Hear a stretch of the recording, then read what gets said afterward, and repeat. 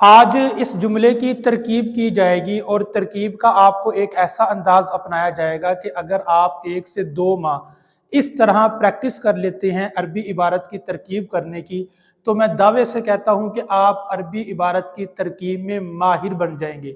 نہ صرف آپ کو مہارت حاصل ہو جائے گی بلکہ قواعد میں آپ کی گرفت ہو جائے گی۔ آپ نے 2 طریقے اپنانے ہیں۔ ایک طریقہ تو سمپل ترکیب کا ہے، ایک ترکیب ہوگی ایک نقشہ ہوگا۔ جب بھی آپ ترکیب کریں تو ساتھ ایک نقشہ ضرور بنائیں، نقشہ آپ نے اسی ترکیب کا بنانا ہے۔ تو ایک ترکیب ایک نقشہ، ان 2 باتوں کا مطلب کیا ہے؟ آئیے پریکٹیکلی آپ کے سامنے یہ بات کر کے، یہ چیز کر کے دکھائی جائے گی۔ تو ہم سٹارٹ کرتے ہیں۔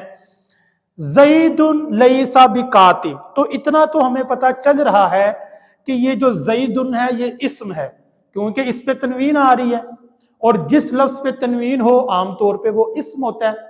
تو یہ بات یاد رکھیں، جب آپ کو معلوم ہو گیا کہ یہ اسم ہے تو آنکھیں بند کر کے آپ کو پتہ چل جانا چاہیے کہ اب یہ جملہ اسمیہ ہوگا۔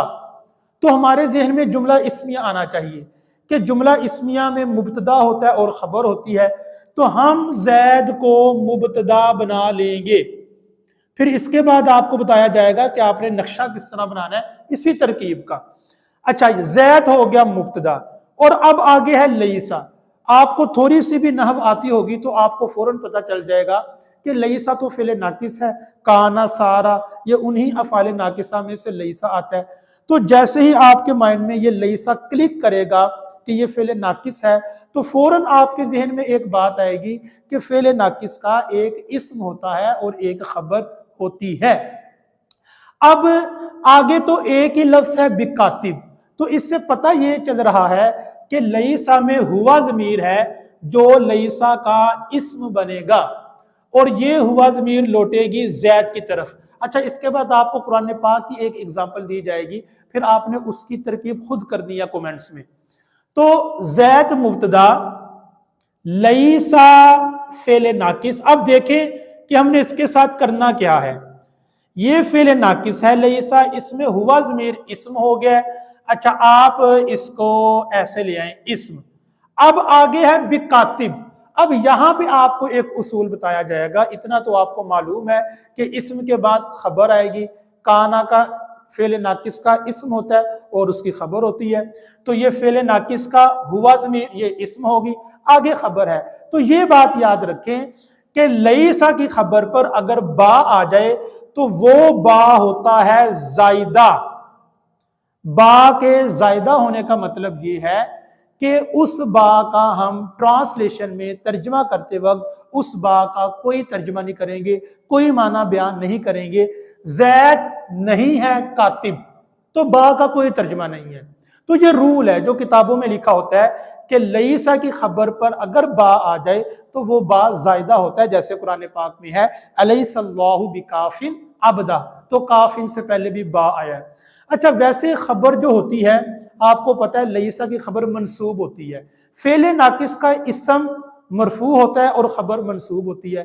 اچھا، بہت سے طلبہ ایسے ہوتے ہیں کہ وہ مکس ہو جاتا ہے کہ لا نفی جنس کا اسم کیا ہوگا، خبر کیا ہوگی، کوئی منصوب کہیں مرفوع، کیونکہ دیکھیں حروف مشبہ بالفعل کا اسم خبر، لا نفی جنس کی اسم خبر، افعال ناقصہ کی اسم خبر، ما ولا مشبہ تانی بلیسا کی اسم خبر۔ تو طلبہ پریشان ہو جاتے ہیں کہ پتہ نہیں چلتا کون سا اسم مرفوع ہے کون سی خبر منصوب ہے۔ تو دیکھیں اس کا ایک آسان طریقہ ہے، فعل ناقص کی جب ہم بات کریں گے تو آپ قرآن پاک کی مثال یاد رکھیں، وَقَانَ اللَّهُ عَلِيمًا حَكِيمًا، سمپل۔ تو آپ کو جب یہ قرآن پاک کی مثال یاد ہوگی، اس آیت کریمہ کا یہ حصہ یاد ہوگا، کان اللہ، تو اسم مرفوع، علیمًا حکیمہ، 2 خبریں آ رہی ہیں وہ منصوب ہے۔ اسی طرح حروف مشبہ بالفعل کے بارے میں یاد رکھیں، ان اللہ علی کل شیء قدیر، تو وہاں پہ ان کے بعد جو اسم ہے وہ منصوب ہے۔ تو قواعد یاد کرنے کا ایک یہ بھی طریقہ ہے، اگر آپ کو مثالیں یاد ہیں قواعد آپ کو خود بخود یاد رہیں گے، مثالیں یاد نہیں تو قواعد یاد آپ کو نہیں رہیں گے۔ تو اب یہ با زائدہ ہے، اور المختصر یہ کہ کاتب ہے خبر۔ ویسے تو کاتب کی ایک پراپر مکمل ترکیب ہے کہ کاتب کے اندر ہوا ضمیر ہوگی، کاتب اسم فاعل ہے، لیکن ابھی ہم اختصار کے ساتھ کام لیتے ہیں، ڈائریکٹ ہم نے کاتب کو خبر بنا دیا تاکہ ابتدائی طلبہ کو اچھے طریقے سے سمجھ آ سکے۔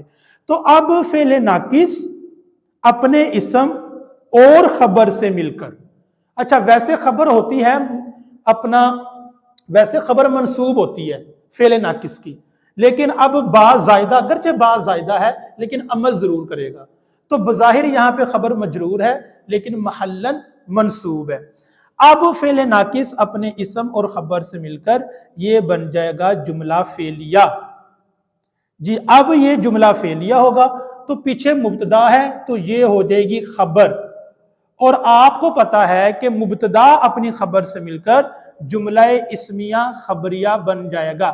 اب آپ نے نقشہ کیسے بنانا ہے اور آپ نے اس میں مہارت کیسے حاصل کرنی ہے، یہ طریقہ آپ کو بتایا جائے گا، توجہ کے ساتھ سنیے گا۔ یہ ہو گیا جملہ اسمیہ خبریہ، ٹھیک ہے، یہ ساری کی ساری ترکیب آپ کے سامنے ہے۔ اب آپ نے کرنا کیا ہے، آپ نے کرنا یہ ہے، آپ نے کہنا ہے کہ جملہ اسمیہ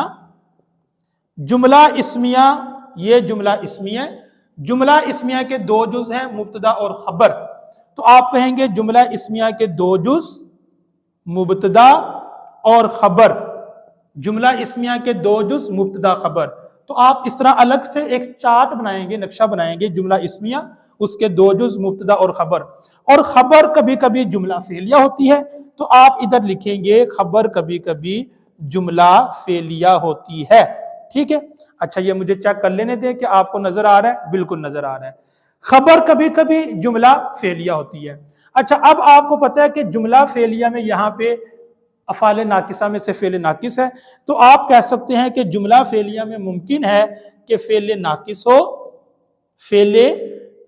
ہو پلس اس کا اسم اور پلس اس کی خبر۔ تو یہ ایک مختصر سا آپ جب چارٹ بنائیں گے تو آپ کو ایک آپشن، ایک صورت یاد ہو جائے گی کہ کبھی کبھی ایسا ہوتا ہے کہ جملہ اسمیہ ہوتا ہے، پھر اس کے دو جز ہوں گے مبتدا اور خبر کبھی کبھی جملہ فعلیہ ہوتی ہے۔ تو ایسی مثالیں بھی ہیں جہاں خبر جملہ اسمیہ بھی ہوتی ہے لیکن یہاں پر خبر جملہ فعلیہ ہے، پھر اس جملہ فعلیہ میں فعل ناقص لیس ہے، اسم ہے، خبر ہے۔ تو اس انداز سے اگر آپ اس طرح الگ سے چارٹ بنا لیا کریں اور 1.5-2 ماہ آپ اس کی اس طرح پریکٹس کریں تو آپ اس طرح کی کتاب لکھ سکتے ہیں۔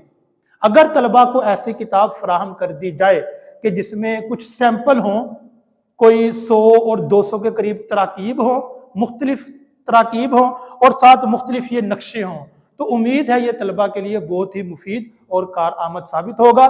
اس کو شیئر کریں، امید کرتا ہوں آپ کو یہ لیکچر اچھا لگا ہوگا۔ اللہ حافظ، السلام علیکم۔